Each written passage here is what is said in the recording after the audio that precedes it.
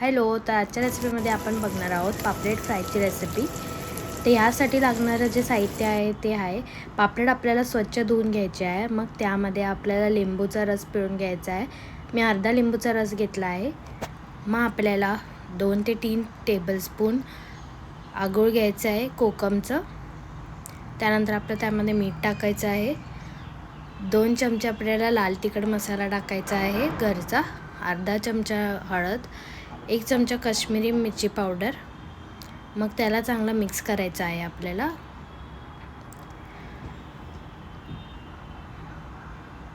आपण यामध्ये अद्रक लसूण पेस्ट पण ॲड करू शकतो, पण याच्यामध्ये आम्ही नाही केली आहे कारण ते पॅनमध्ये फ्राय करायच्या टाईमला ते खाली चिटकतं म्हणून।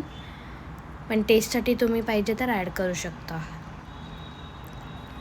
मग हे चांगलं मिक्स झाल्यानंतर आपल्याला त्याला 30 मिनिट्स ठेवायचं आहे मॅरिनेशनसाठी।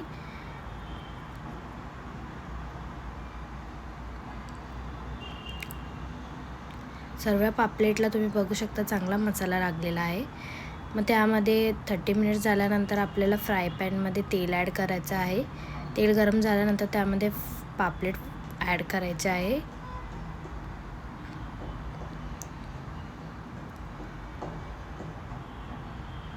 पापलेट जे आहे ते आपल्याला एक साईड 5 ते 10 मिनटं ठेवायची आहे फ्राय करण्यासाठी, मगच त्याला पलटायचं आहे।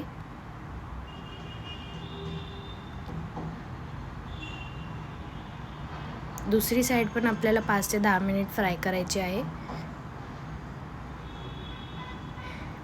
ते फ्राय होत असताना आपण पाहिजे तर त्यामध्ये आपण लसूण आणि कढीपत्त्याचे पानं ॲड करू शकतो चांगला फ्लेवर येण्यासाठी।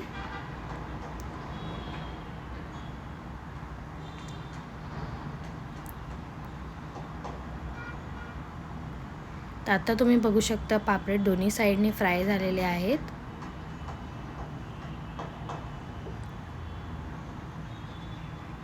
आता तुम्ही पापलेट सर्व करू शकता। पापलेट जे आहे ते नॉर्मल डाळ आणि राईससोबत पण छान लागतात किंवा भाकरीसोबत पण चांगले लागतात।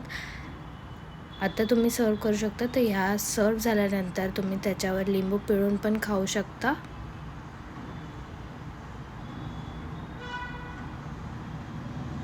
बघू शकता तुम्ही पापलेट किती चांगल्यापणे फ्राय झाले आहे। जर व्हिडिओ आवडला असेल तर चॅनलला लाईक शेअर सबस्क्राईब नक्की करा। थँक्यू।